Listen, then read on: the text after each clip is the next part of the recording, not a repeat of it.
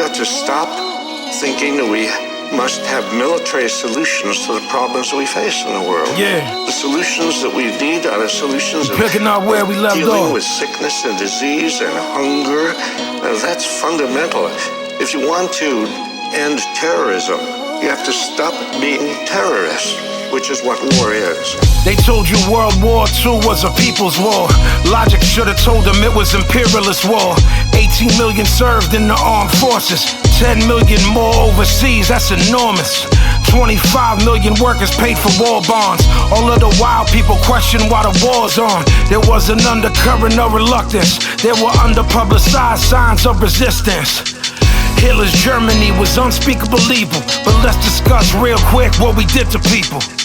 We opposed the Haitian Revolution. We turned Guam, Puerto Rico, and Hawaii into institutions. Pretended to help Cuba win freedom from Spain. This country built on the blood of other people's pain. Blacks was looking at anti-Semitism in Germany and saw the situation here was mirroring it perfectly.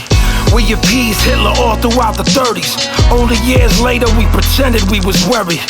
Roosevelt was hesitant to be gritty and caused a resolution to be buried in committee. The main interest was never to stop fascism, but advancing imperial interest of that prism. Roosevelt didn't care about oppression of the Jews. The power was priority, I'm telling you the truth. Hitler not the reason that we entered the land. Roosevelt was mad that we got hit by Japan. Historians will tell you he provoked that shit. He told lies in attempts to sugarcoat that shit. In 45, troops were jammed onto the Queen Mary. The blacks were stowed down in the depths of the same ferry. See, there's a parallel you have to understand. That they wanted them to fight but wouldn't treat them like a man. Industrial mobilization had a few divided. The economic royalists denounced and derided. The irony of victory was heavily priced. The war ended, 3 million men wasn't strike. It's no peace in the world of capitalism. Nazi eugenics, economic rationalism. The lesson was that war solved problems of control, regardless if it causes any problems for the soul. The black revolt in the 50s came as a surprise. It shouldn't have after we took so many of their lives. You can't erase the memory of an oppressed people. Reparation doesn't make it any less evil. Some black folks joined the Communist Party. Richard Wright spoke of disillusionment with the party. The party was accused of exploiting black people. Angelo Herndon felt everything was equal. He was arrested, then convicted for insurrection. How the fuck it's insurrection? I call it dissension. Gave him 5 years when all he wanted was protection. There was other black men that made the same connection. Benjamin Davis defended Herndon as a savior. Then Paul Robeson, he only magnified the danger. Harry Truman had to deal with the militant mode. But how the fuck that gonna work when he erased his soul? In 54 they said they ended segregation. 10 years later, no changes. Revolt was always minutes away about the bus. Rosa Parks refused the black section of the bus. The Freedom Riders were spreading across the nation and went to jail for marching and fighting discrimination. FBI stood by, Justice Department stood by. While civil rights workers were beaten, they just stood by. 3 civil rights workers, 2 black and 1 white, arrested in Philadelphia, Mississippi one night. They were released, beaten with chains and shot to death. There were arrests made, but it was not confessed. The national government remained silent. The president wouldn't defend blacks against violence. Civil rights laws were passed, but they were fraud. Equality was enforced, polio was ignored. Martin Luther King's speech thrilled whoever heard it. 5 years later, he was targeted and murdered. In 65, the watch riots burned into the street. The black man would no longer turn the other cheek. The Black Panther Party scared Nixon, but that did nothing to change his position. A new black consciousness was born and still alive, and that came from the will to survive. This is the part where I would talk about Vietnam, but me and Rugged Man, we already made this song.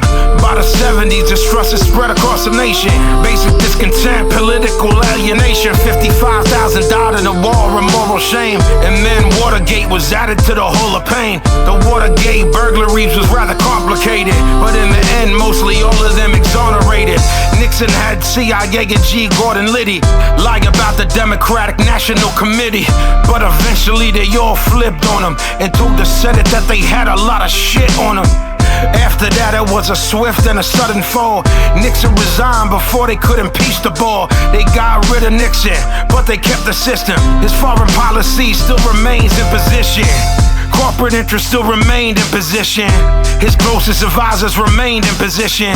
Vietnam, recession, and unrest all adds up to a motherfucking mess. After Watergate in Vietnam, there was a deep economic insecurity in this world of ours. Environmental deterioration took its toll. A cultural violence and broken families took its toll. Problems couldn't be solved without bold changes, but no major party candidates proposed changes. American political tradition held fast. Urban communities turning into hell fast. Black folks are bitterly disappointed with Carter. Opposed federal aid to poor people, didn't bother. Reagan got elected and he built the military up. $1 trillion later and this motherfucker dummy up. He cut benefits for the poor to get the money up. Social security, disability went belly up. Unemployment grew in the Reagan years. 30 million people unemployed in the Reagan years. Welfare became an object of attack, especially if you was Latino or you was black. I'm just scratching the surface of what was wrong. We'll pick the conversation up in the next song. To be continued. You can't be neutral on a moving train, I told y'all before. You can't believe everything that your teacher tell you.